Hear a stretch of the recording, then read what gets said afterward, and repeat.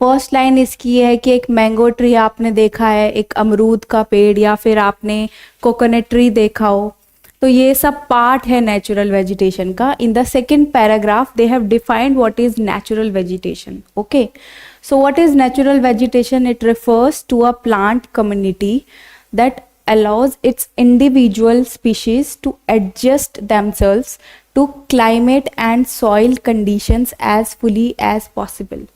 तो natural vegetation क्या है?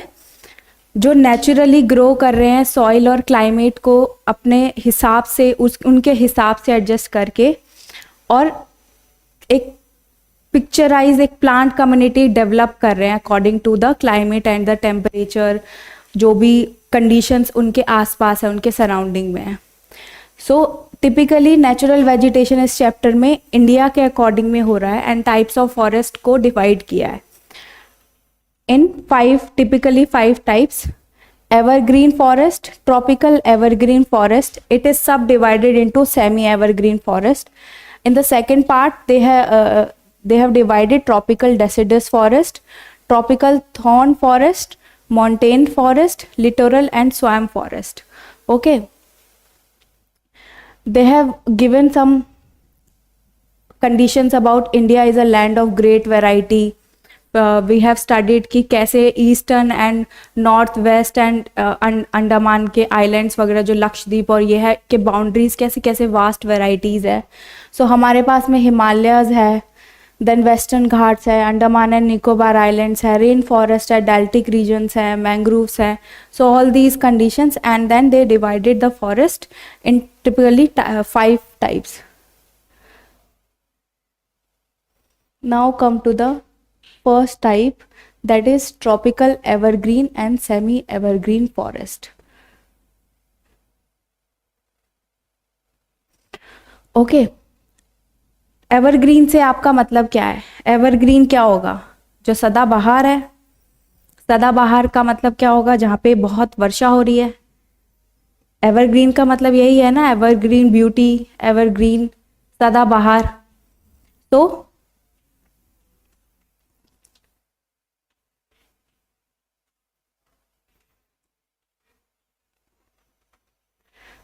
एवरग्रीन जहां पर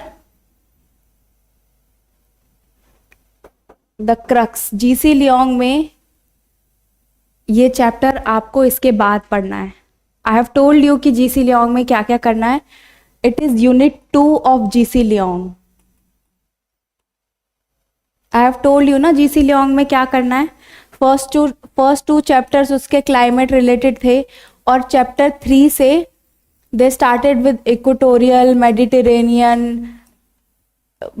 British type, etc. है ना, ये सब चीज़ें थी. वो चैप्टर शायद आपने अभी ना करे हो क्योंकि हमने ये चैप्टर नहीं किया था.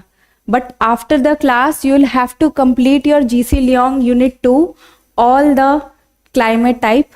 Typically this chapter talks only about Indian type, but वो वर्ल्ड का बताएगा और ये भी बताएगा कि कहाँ पे क्या क्या मिल रहा है. मेडिटेरेनियन कहाँ पे क्या हो रहा है, इक्वेटोरियल कहाँ पे है, ब्रिटिश टाइप ऑफ क्लाइमेट कहाँ पर है, और भी कहाँ पे क्या क्या है. तो इस चैप्टर के बाद में हमें जीसी लियोंग का वो चैप्टर कंप्लीट करना है, वो यूनिट कंप्लीट करनी है. उसमें बहुत सारे चैप्टर्स हैं.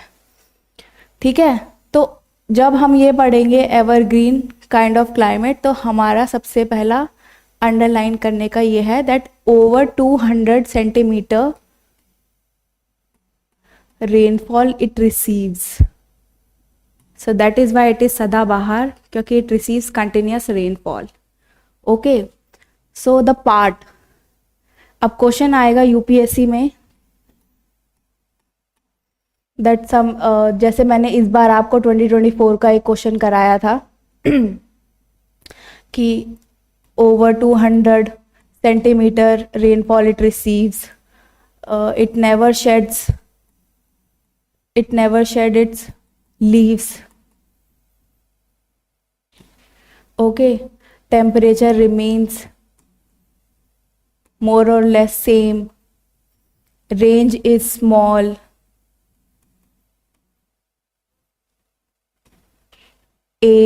this type climate, B this type climate, C this type, D equator or evergreen. So whenever you are reading over 200, it never sheds its leaves. Temperature is throughout more or less same.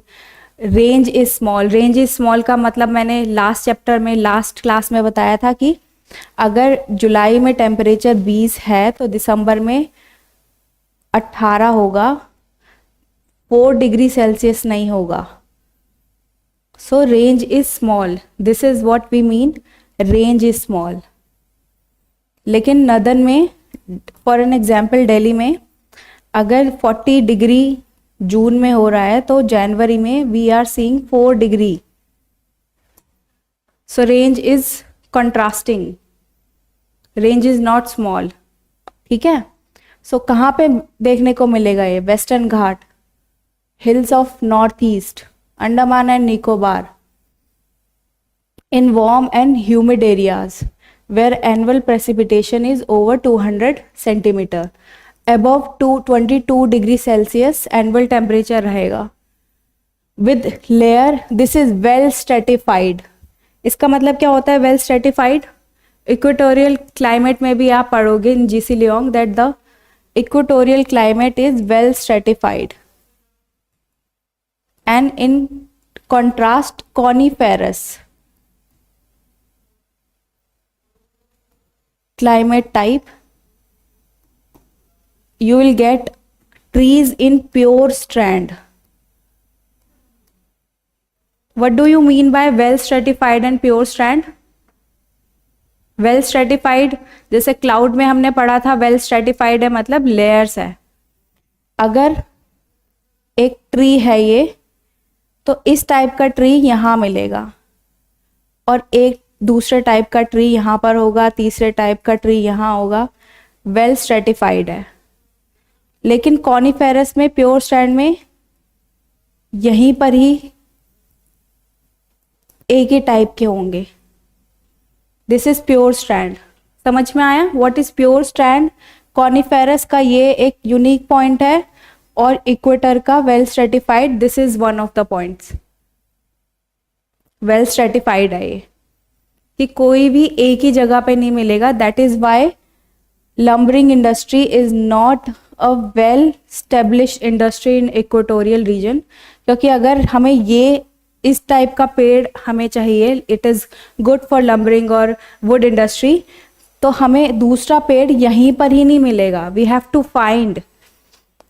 और कितना struggle है. ये वाला पेड़ क्या पता कि काटना है, दूसरे तरफ का पेड़ है उसे गिराना, उसका पूरा लॉजिस्टिक. पर अगर हम यहीं से ही पूरा का पूरा एक मशीन लगा लें तो हमें पूरा का पूरा स्ट्रैंड मिलेगा लंबरिंग इंडस्ट्री में. दैट इज वाई कनाडा जो टेम्परेट और टाइगा रीजन है वहाँ पर इट इज़ वेल डेवलप्ड. समझ में आया? ये समझ में आया वेल स्ट्रेटिफाइड का मतलब क्या होता है? वाई लंबरिंग और wood industry is not well developed in equatorial reason and what is pure strand. ठीक है. सो इन इक्वेटोरियल रीजन कहाँ पर थे हम? So it is well stratified with layers closer to the ground, covered with shrubs, creepers, with short structured trees followed by the tall variety. ये जो हमने अभी बनाया, ड्रॉ किया. ठीक है. No definite time for tree to shed there. अब ऐसा नहीं है कि वहाँ पे शेडिंग नहीं हो रही है और एक ट्री है वो हमेशा हरा भरा है. ठीक है. ऐसा कुछ नहीं है. पर एवरग्रीन में क्या हो रहा है कि अगर ये वाले की शेडिंग चल रही है तो इसकी नहीं चल रही है. सो it is always green. There is no definite time of all trees to go shedding at the same time. So that is why it is evergreen. कोई definite time नहीं है जैसे कि deciduous में है.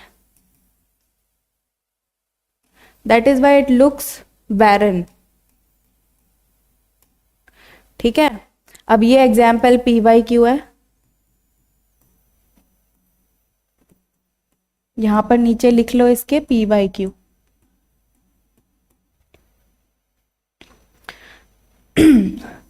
अब जो ये क्वेश्चन मैंने यहाँ पर बताया था, एक ट्रिक है कि ये सारी कंडीशंस दी है आपको, ठीक है, और आपको कोई नेशनल पार्क और वाइल्ड लाइफ सेंचुरी दी है, ठीक है।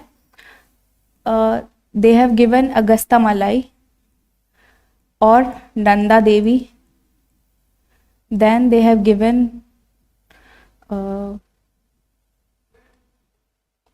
क्यूलादियो और somewhere a mountain national park, ठीक है। But now you know the characteristic is of evergreen. This is Nanda Devi is in temperate region, so evergreen नहीं होगा, it is more of mountain. You will eliminate B.